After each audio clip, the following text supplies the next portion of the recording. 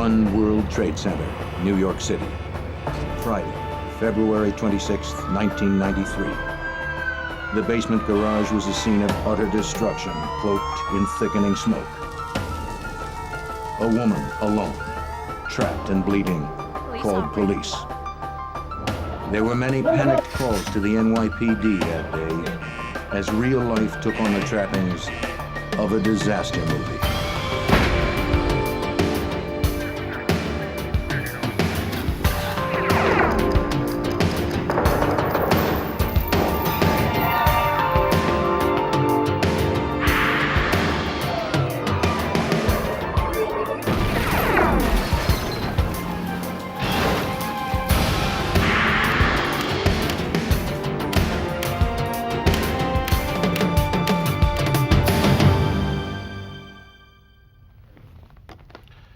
Terrorist bombings are what happen in other countries, not here in the United States.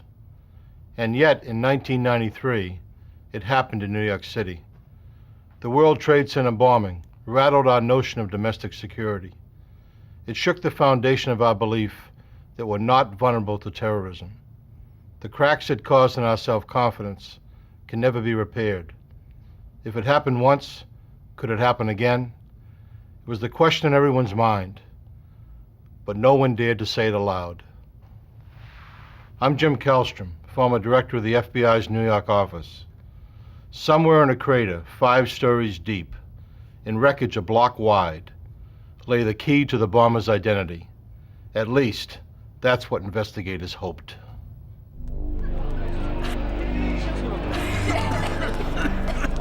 At 12:18 p.m. on February 26, 1993, panic and confusion gripped the 110-story World Trade Center Tower 1. People were trapped in elevators. Lights went out. Smoke turned the hallways black. Thousands of the injured and panicked occupants choked as they tried blindly to escape what seemed like a nightmare. The engineer who designed the towers anticipated several potential disasters. He structurally designed them to withstand the violence of a sustained hurricane and something as unimaginable as the impact of a fully fueled jet. Let's go! It seemed that something had been overlooked, but no one knew what. On that day, Tower 1 became the city's tallest chimney. The stairwells acted as flues, drawing smoke up from the basement, blackening every floor. In the first chaotic hours, all officials knew for sure was that the cause of the problem was in the basement garage. Neil Herman, supervisor of the Joint Terrorist Task Force at the FBI's New York office, was just blocks away from the Trade Center. Unaware of the cause of the mayhem, the FBI took it upon themselves to respond. Initially, we felt, and we were told, that it was possibly a fire or transformer. Within a few minutes, it became apparent from the traffic on the police channels that there was something there more than just a fire or some kind of an accident. And I dispatched, along with myself, members of the Joint Terrorism Task Force down to the World Trade Center. The immediate concern was getting the trapped victims out of the building. Extensive damage created logistical problems for rescue workers.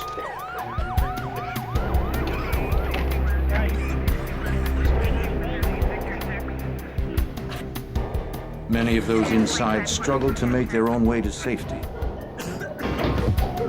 The elevators had broken down, and those on the top floor had to walk down 110 flights. There were tremendous injuries due to smoke inhalation. As hundreds of emergency personnel continued their rescue efforts, FBI agents dispatched to the Trade Center were scouring the area for any indication of what may have caused the devastation.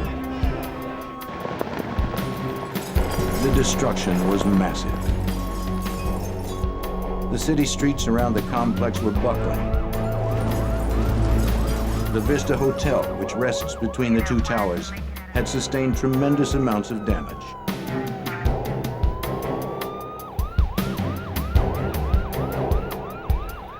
It was immediately apparent to investigators that whatever occurred below the street level was powerful enough to come up through 4 levels of the parking garage, up to the street and higher.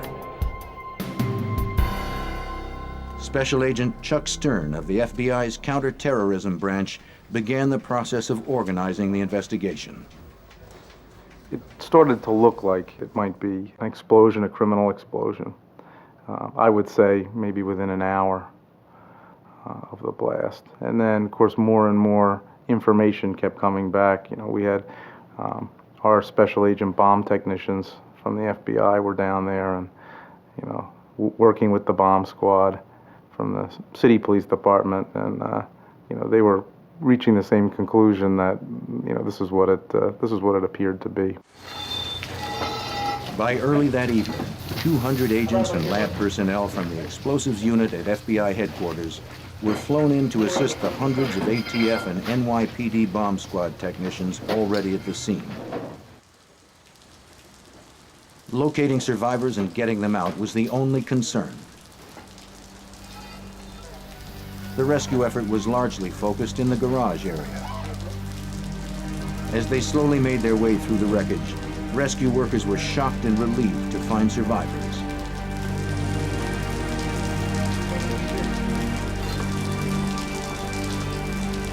As they moved onward, they reached an area that had sustained massive destruction.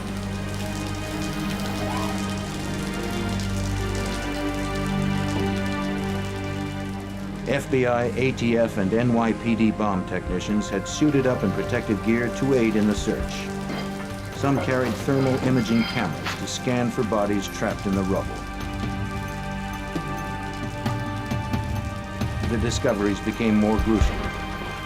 6 people had been found dead. Among the dead was John DiGiovanni, a dental supply salesman who had parked his car in the underground lot. Robert Kirkpatrick, William Mako, Stephen Knapp, and Monica Smith were also killed. They'd worked for a company that provided maintenance to the World Trade Center. Monica was pregnant with her first child. Wilfredo Mercado, an employee last seen unloading a van in the garage, was found dead, buried under 12 feet of concrete.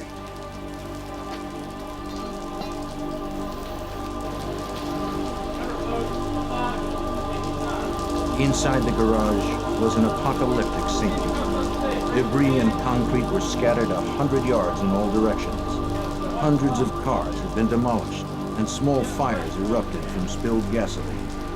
Pumps drained a flood of water and sewage from broken pipes. Overhead, 6 tons of concrete clung to warped rebars. Fiber optic cables dangled. To FBI agents, there was no way that the cause of this damage was accidental. Special Agent Chris Ronay from the FBI Laboratories Explosives Unit surveyed the damage. Well, as we analyzed the damage to the building, even in the early stages, it was clear that there was a very large bomb, a very large explosive device of some hundreds of pounds. It was clear from the beginning. We didn't know how big it was. Placed in the basement on one of the parking garage levels, most likely in a vehicle. If the agent's initial conclusions were correct, this was the single greatest act of terrorism on American soil at that time. The morning after the explosion, interagency teams prepared for their first extended glimpse of the destruction. In addition to the ongoing search for victims, they were now looking for any clue that could explain the explosion. But they were explicitly instructed not to move any evidence.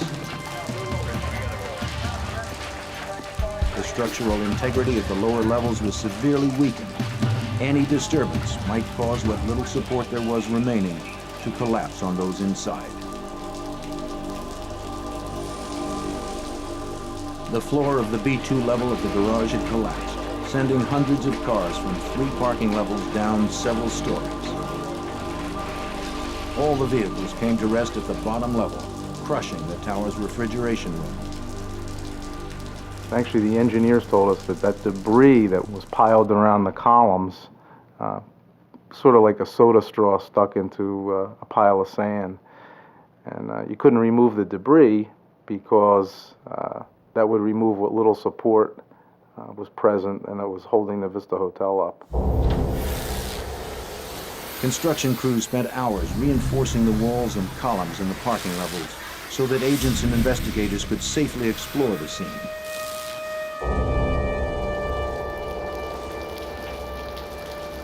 After several hours, agents and technicians began to make their way into the blast area. It was very, very eerie because it was deserted and there were a lot of cars with the trunks blown open and things like that. And some of them you could hear ticking because which was kind of an eerie thing at a bomb site, because the turn signals had been activated and were actually still flashing on some of the cars. Gradually, the searchers got closer to the origin of the blast, known as Ground Zero. The damage was so extensive that there was no conclusive evidence that pointed to the cause of the explosion. The floors were completely blown away, leaving a 5-story crater which extended through the cavity of the building. Investigators searching for explosive residues had difficulty finding them. They were mixed in with concrete debris and building materials. They had to sift through tons of dirt and rubble in the hope of finding some scrap of evidence.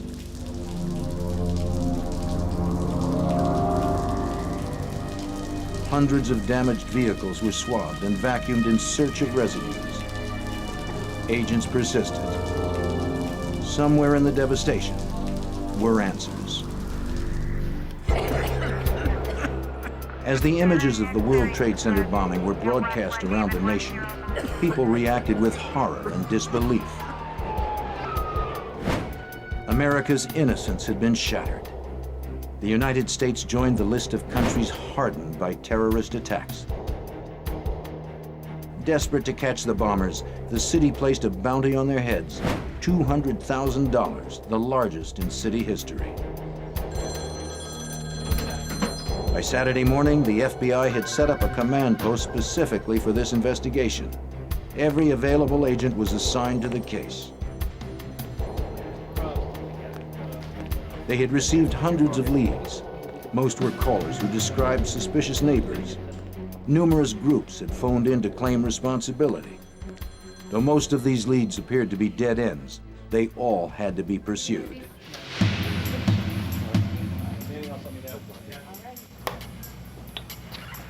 Just 2 days after the blast, as agents chased down leads, investigators processing the crime scene spotted a piece of charred, twisted steel at what was thought to be the center of the explosion. It was part of a vehicle decimated by the blast.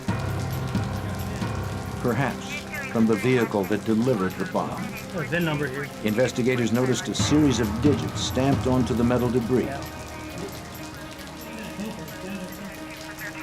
Though they were explicitly instructed not to remove evidence, they felt their finding was significant enough to override protocol.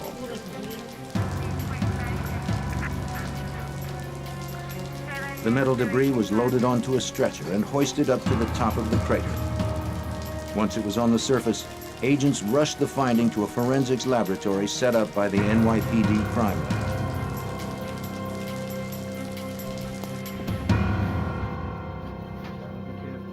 In the lab, agents and examiners were having difficulty determining what the markings meant. An investigator from the FBI's Joint Autocrime Task Force was called to examine the debris.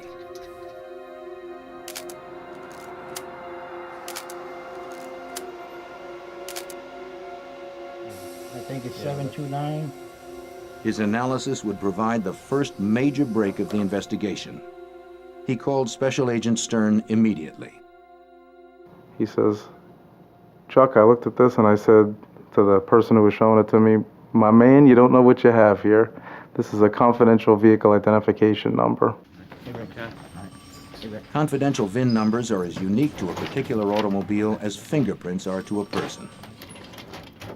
The hidden number allows law enforcement to determine if a particular vehicle has been stolen. It also gives investigators detailed information about the vehicle, including who owns the car.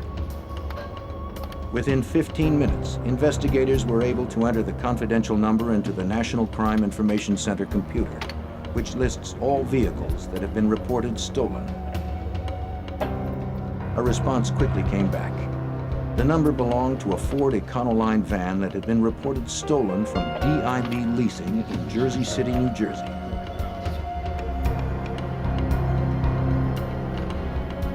The FBI's Newark office was contacted immediately. Within minutes, agents arrived at DIB. The FBI was prepared to uncover everyone or anything that had access to that van. That this Ford Econoline van was, in fact, a Ryder rental van that had been rented by an individual by the name of Mohammed Salome, and then later reported stolen. And they learned from the management of DIB Leasing that Salome had put down a $400 deposit on the van, and that he had been anxiously trying to get the deposit back. After conferring with federal prosecutors late into the evening on Wednesday, the decision was made to have an undercover FBI agent in place at DIB when Salome returned for his deposit the next morning. They spent the remainder of the evening piecing together Salome's history.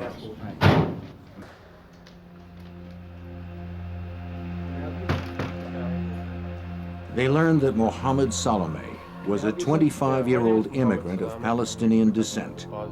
He had come to the attention of authorities as a vocal supporter of Muslim fundamentalist El Said Nosser, whose scathing opposition to the Israeli, Egyptian, and United States governments was no secret. The undercover agent was posing as a Ryder representative, stating to Salome that he needed more information about the theft of the van before refunding the deposit. After some discussion, Salome walked out with the $400.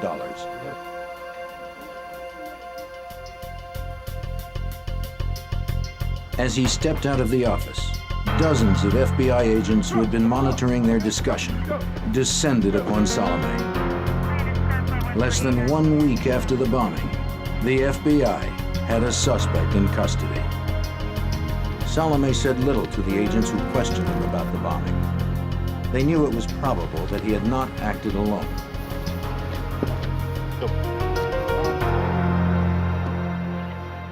The investigation was taking on a clearer focus. When Salome was arrested, agents recovered various personal items, including his wallet, which contained several business cards and telephone numbers. They began by searching the address listed on his driver's license. A former roommate told agents that Salome no longer lived at that address. However, they were able to find some belongings of Salome's that he had left behind.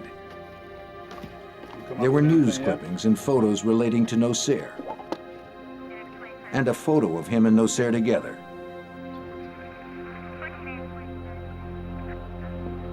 There were numerous bank records. There were also more names and numbers for investigators to pursue. We were able to obtain addresses. We were able to obtain telephone numbers. We were able to have pen registers where we were able to monitor phone calls coming in and going out. And once that started, again, it opened up the floodgates. Investigators were also receiving help from the public. A few days after Salome's arrest, the manager of the space station storage facility in Jersey City called the FBI.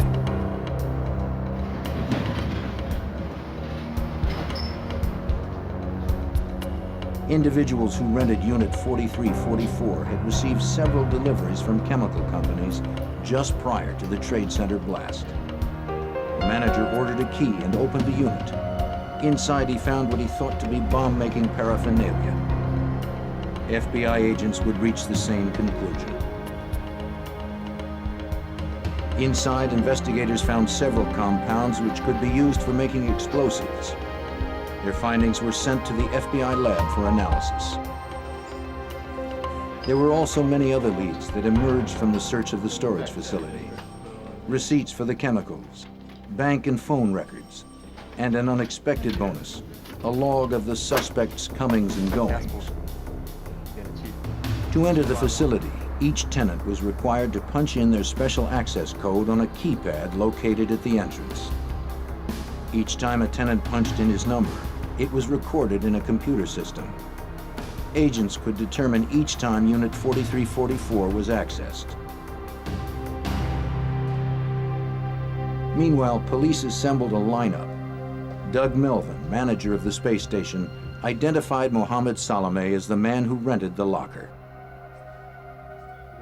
He recognized him easily because Salome frequently visited his storage locker. In Melvin's experience, customers usually had no reason to do that. Continuing to search for any possible lead, agents obtained phone records from a payphone just outside the storage facility. One name on the list of individuals who received calls from that phone was already familiar to the FBI. That name was Nidal Ayad. Nidal Ayad's name first appeared on a business card found inside Salome's wallet. Ayad worked as a chemical engineer. Within a week of Salome's arrest, agents learned Ayad had called a chemical company inquiring about buying chemicals. The prospect of another bomb was frighteningly real. It appeared that another act of violence was in the making.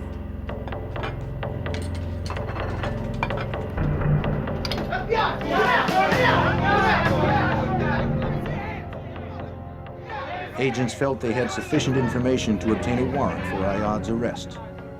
On March 10th, the FBI raided his home in New Jersey as he and his family ate dinner.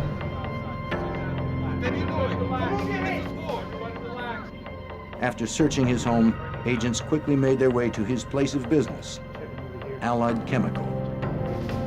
There they confiscated phone records and bank statements that could tie him to Salome. The most irrefutable link between Ayad and the bomb plot, however, came from Ayad's business computer. It was seized and then thoroughly examined. Our technical people were able to restore an erased file, which turned out to be a letter claiming credit for the World Trade Center bombing on behalf of an organization known as the Liberation Army 5th Battalion. A similar letter had been sent to the New York Times 4 days after the explosion. In it, the group called the bombing an act of terrorism to protest American support for Israel. There was also a second letter Ayad hadn't had time to send. It promised another blast. Though the investigation was progressing very quickly, each new discovery revealed the existence of a large and ongoing conspiracy. The potential for more attacks grew more likely every day.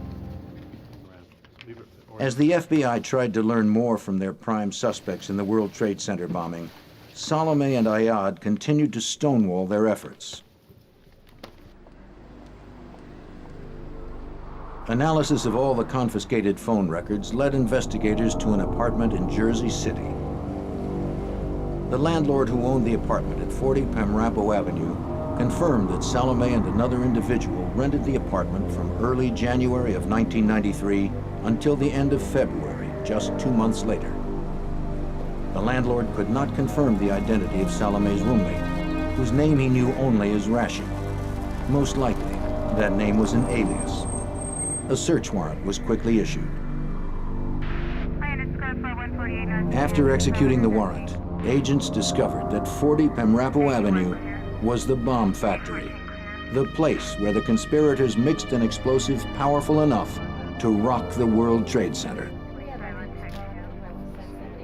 Inside the apartment and an adjacent garage, FBI forensic examiners recovered traces of a diverse range of chemicals. These items were collected and then rushed to the FBI laboratory in Washington, D.C. While agents searched the apartment, the identity of Salome's mysterious roommate emerged. They found papers requesting political asylum in the name of Ramzi Youssef, who, according to the documents, had been detained in September of 1992 at Kennedy Airport for entering the country without a visa. The Pamrapo Avenue apartment was a gold mine for the FBI. All right, let's go. Go ahead, Casper. Before they learned of the apartment, the FBI's laboratory examiners could only speculate from residue samples taken at the Trade Center that the bomb used was comprised of the highly explosive compound urea nitrate. The discovery of the bomb factory at Pamrapo Avenue, however, made them certain. From the labs at FBI headquarters in Washington, D.C., Special Agent Ronay reported the findings. From the analyses in the laboratory, we concluded that it was made with urea nitrate, a homemade explosive mixture. There's no such commercial product. So they had to mix this themselves. And when we finally located the storehouse or workshop where they did make the bomb, this was confirmed. These materials or remnants of them were available and confirmed that this is what we were indeed seeing in the laboratory in these residues. Witness interviews and phone record analysis continued, directed mainly at the locations where key elements of the conspiracy had taken place. All of those interviewed mentioned seeing a distinctive-looking individual in the company of Salome and Ramzi Youssef. Phone records helped to identify that individual as Mahmoud Abu Halima. As agents focused their investigation on Abu Halima, they learned that shortly after the bombing, he had fled the country. Abu Halima was well known to authorities through his association with El Said Nosser. Abu Halima was also close to the radical Muslim cleric Sheikh Omar Abdul Rahman, who would later be sentenced to life in prison for a conspiracy to bomb several New York City landmarks.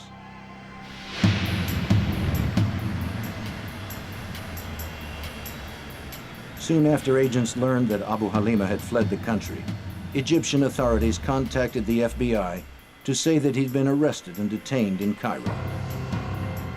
Abu Halima had been wanted there for conspiring against Egyptian President Hosni Mubarak. Negotiations between the United States and Egyptian governments were successful.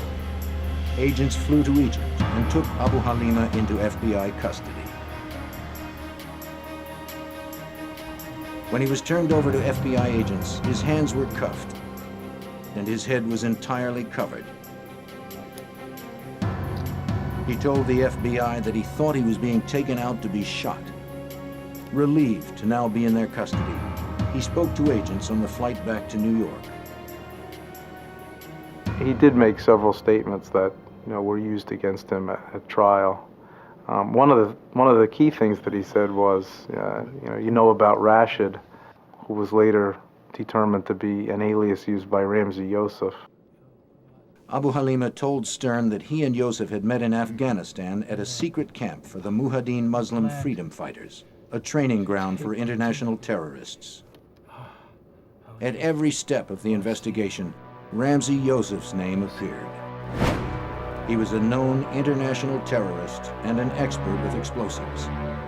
Agents now believed he was the mastermind behind the World Trade Center bombing.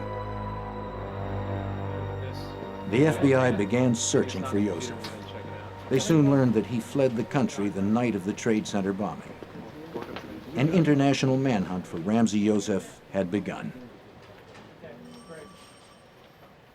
In the meantime, agents were trying to determine how and when Youssef came to the United States. It's been said that the day Ramzi Youssef arrived on American soil was the day terrorism came to America. On September 1st, 1992, the shadowy Afghan-trained master bomb maker arrived at New York's Kennedy Airport. The FBI's close scrutiny of the passenger manifest from Youssef's flight that day revealed another clue. He had not entered the country alone in September of 1992. With him was Ahmad Ajaj. But Ajaj had been detained by customs agents for producing a false Swedish passport. In Ajaj's suitcase, customs agents found a library of manuals on bomb making and guerrilla warfare. The suitcase was confiscated, and Ajaj was arrested and jailed for passport fraud. To the FBI, Ajaj appeared to be an unlikely conspirator. He had been incarcerated from September of 1992 through the bombing of the Trade Center in February of 1993. Fortunately for agents, prison policy required that all phone conversations be recorded. Ajaj had unwittingly left a trail, and agents quickly followed it. And we began to see that he was, through various methods, predominantly through three-way calling, where he would call another individual, and then that individual would forward the calls. He was staying in contact with the other conspirators, and was in fact trying to assist them in completing their mission of building this bomb. Ajaj was questioned by FBI agents about his contacts and his knowledge of the bombing. He said little. His silence was not enough to prevent FBI agents from arresting and charging him in connection with the bombing.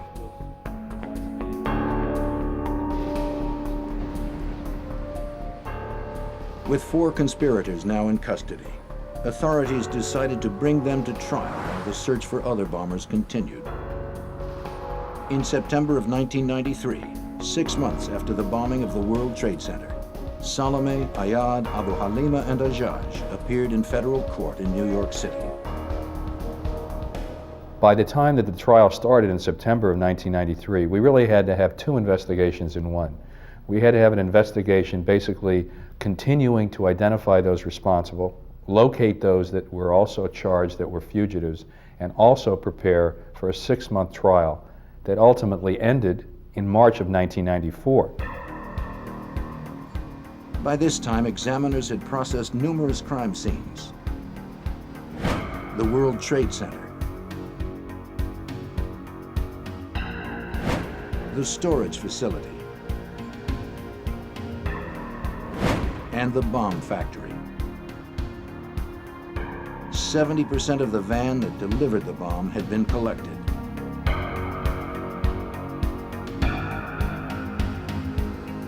There was also a mass of receipts, phone records, and interviews. Tons of evidence had been recovered. It would now be up to a jury to determine if it was enough. By September of 1993, 6 months after the bombing, federal prosecutors were ready to present to a jury how the defendants carried out the bombing of the World Trade Center. The conspiracy began soon after Ramzi Youssef arrived in America in September of 1992. He moved in with Salome, and the two became close friends.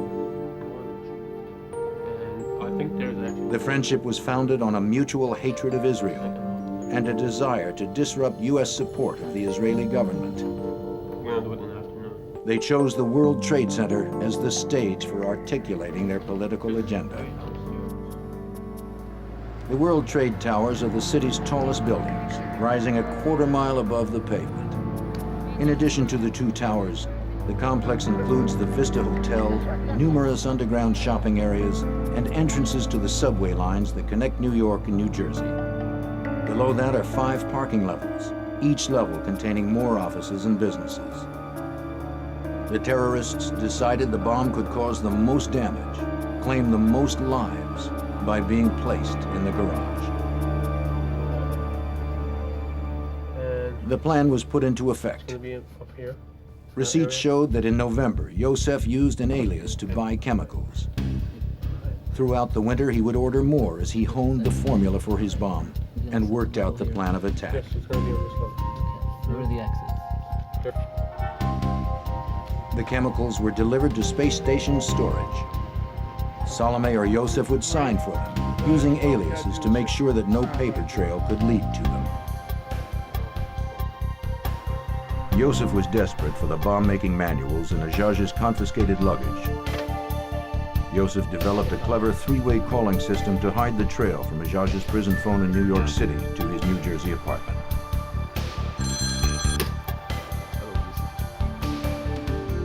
First, Yosef called a burger stand in Dallas, How can I Texas, get where his friend Iyad Ishmael worked. Then Ishmael called Ajaj as Yosef waited on the other line. Get him here. No. Look. When Ajaj answered the phone in prison, Everything is Ishmael connected him with Yosef. I'm with Ajad. I'm holding for Ajad. Ajad, how are you doing? Together, the three were able to discuss the bomb's construction.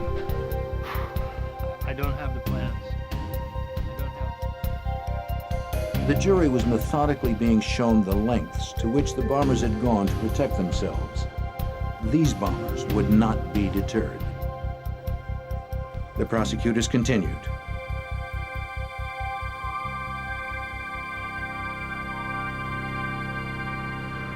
One winter afternoon, the bombers' plot stalled. Salome and Yosef were driving back from Abu Halima's New Jersey home when Salome lost control of his car. He suffered only minor injuries. Yosef was more seriously hurt. He was hospitalized for a week.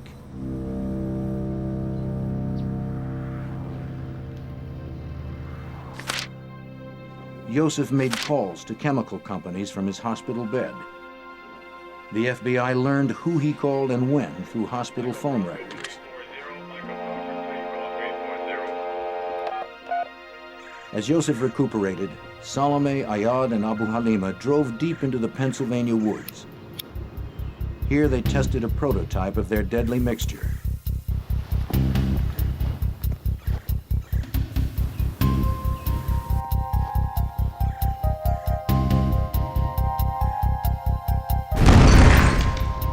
It exploded, but it needed more power. So in the coming days, Ayad would attempt to buy compressed hydrogen gas.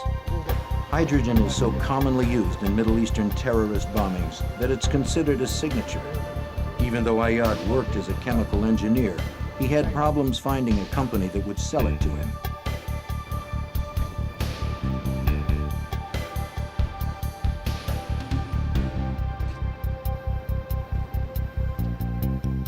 On February 16th, the chemist Ayad rented a car to scout the World Trade Center.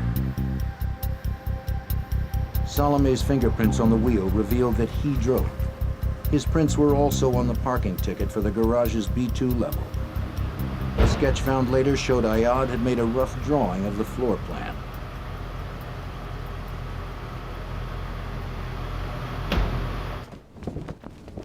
Then, just 4 days before the bombing, at Yosef's request, Iyad Ishmael arrived in New York from Dallas to help complete the bomb making.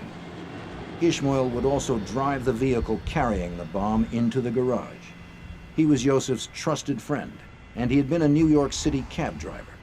Perfect credentials for this delicate operation.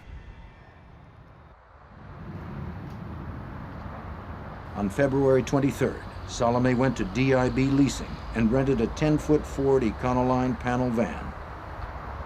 He left a cash deposit of $400.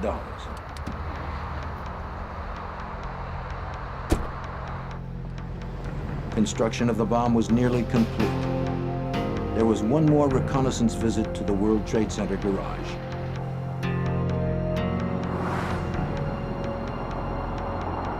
In a burgundy Chevy Corsica rented by Ayala, with Salome listed as the second driver, the conspirators returned to the garage with Yosef and Ishmael to determine the precise location for placing the bomb.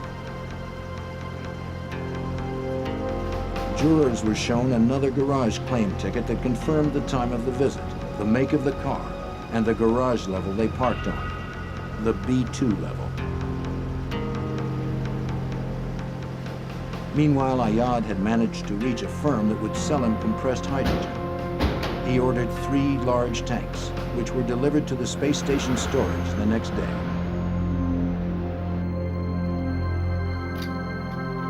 On February 25th, at the Pamrapo apartment, Abu Halima and the others carefully mixed sulfuric and nitric acid with glycerin into the deadly and volatile substance nitroglycerin.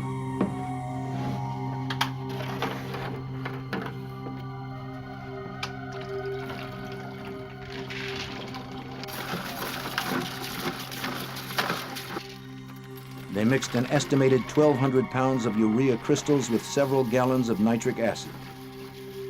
They poured it into big metal drums where it formed a gel-like mass. They transferred the urea nitrate mass into plastic trash cans.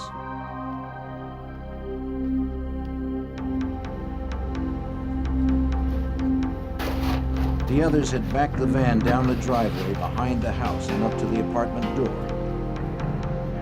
They packed the cargo hold with their creation, a lethal cocktail of chemicals, bonding agent, fuse, and detonator. They loaded the trash cans and then arranged the home-brewed nitroglycerin among them. They had threaded 4 long fuses through surgical tubing to reduce the smoke and slow the burn enough for the bombers to escape. The fuses were rigged to blasting caps and boxes of gunpowder, and then inserted into each of the nitro containers.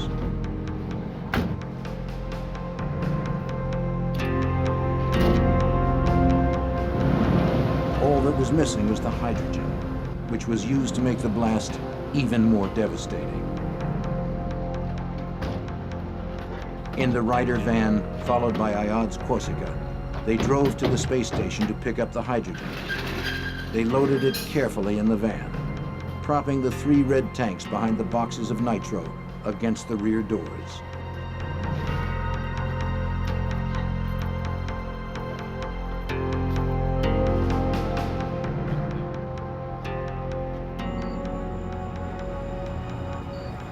Yosef and Ishmael drove the van from New Jersey to a hotel in Manhattan.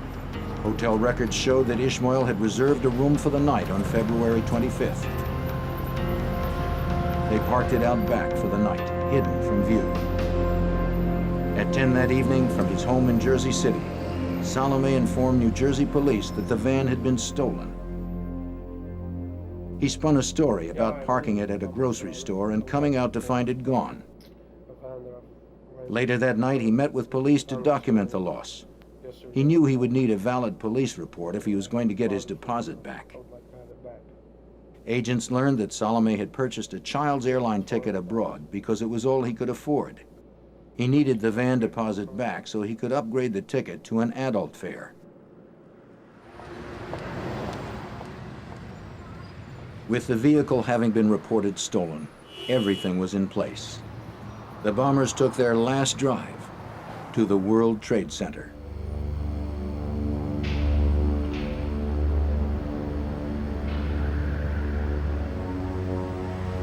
At about 2 minutes past noon the next day, Friday, February 26, 1993, the bombers' Ryder van pulled into the B-2 level ramp of the World Trade Center.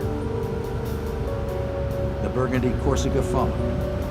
Ishmael drove the van as Yosef sat in the passenger seat.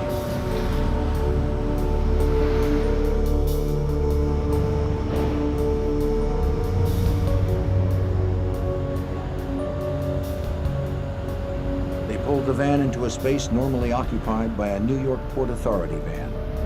Since Port Authority owns the World Trade Center, their vehicles have easy access in and out of the garage.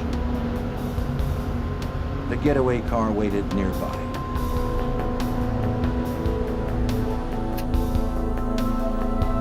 One of the men held a cigarette lighter against the fuse.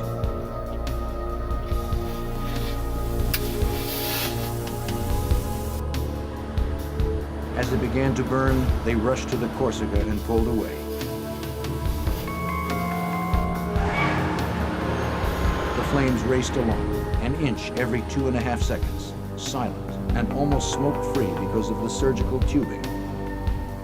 The gunpowder was packed into Atlas Rockmaster blasting caps, the kind used in the demolition of large building sites. 4 fuses were used to guarantee the bomb would detonate.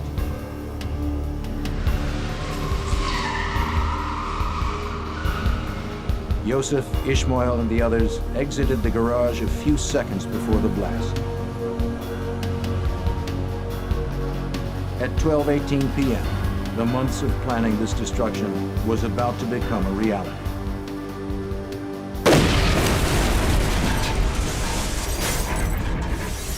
The explosion hit the wall of the tower with a massive force, destroying everything around it.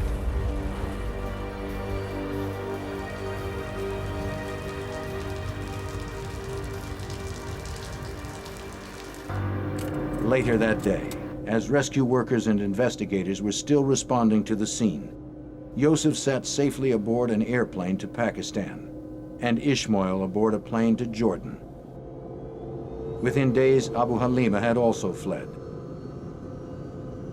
If investigators had not found and tracked the VIN number so quickly, Salome would likely have escaped too.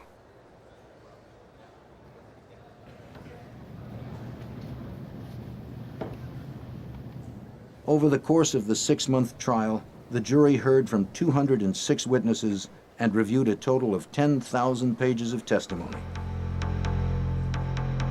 In February of 1994, a year after the bombing, the trial concluded. It took the jury just 3 days to reach a verdict. The jury forewoman read off 38 pronouncements of guilty: conspiracy, explosive destruction of property, interstate transportation of explosives, and murder. When she finished, the courtroom erupted. Ayad and Salome leapt up, screaming the verdict was an injustice. Only Abu Halima had remained silent. He sat calmly, arms folded, with a bemused smile on his face. 3 months after their convictions, on May 24, 1994, Judge Kevin Duffy sentenced each bomber to a year in prison for each year of life he had deprived the victims. It came to 240 years apiece, with no possibility of parole. Sentencing went on for hours, with each defendant making a lengthy speech. Mohammed Salome, the chemist Nidal Ayad, Ahmed Ajaj, the man who brought the bomb manuals into the country, and Mahmoud Abu Halima, known as the Red, will spend the rest of their lives in prison. Though the trial of the 4 defendants was a success, the mastermind Ramzi Yosef and his accomplice Iyad Ishmael were still fugitives. 4 of the 6 conspirators in the World Trade Center bombing had been convicted. But the FBI still sought the mastermind of the bombing. As the search for Ramzi Yosef and his accomplice Iyad Ishmael continued, agents learned that Yosef was involved in several terrorist plots designed to bring down commercial airliners worldwide. Advisories were issued to American travelers abroad. More terrorist attacks on Americans or American interests were likely following the verdict. Yosef was one of the most dangerous and elusive men in the world. Subsequent to the World Trade Center incident, it's obvious and apparent that he was planning additional acts of terrorism around the world. The air conspiracy case certainly reveals that the extent of what was being planned, the fact that he was moving around throughout the world, several countries, indicates a wide range of support that he and his compatriots had. It was not until February of 1995, 2 years after the Trade Center bomb went off, that Ramzi Yosef was apprehended in Pakistan and turned over to FBI agents. Agent Stern was sent to retrieve Yosef and bring him back. Yosef was suddenly willing to talk. His hatred for the United States and its aid to Israel was all-consuming. He told Stern that the World Trade Center was chosen as his target because it was the greatest symbol of American finance and imperialism. He felt that it was kind of like a state of war. He compared it to the United States atomic attacks on Hiroshima and Nagasaki. Where he said 250,000 people were killed, and he felt that if he could topple one of the towers into the other, he would kill that many people, and it was a similar type act. The final arrest came 6 months later, in June of 1995. Iyad Ishmael was discovered and apprehended in Jordan. He too was returned to the United States to stand trial for his role in the bombing.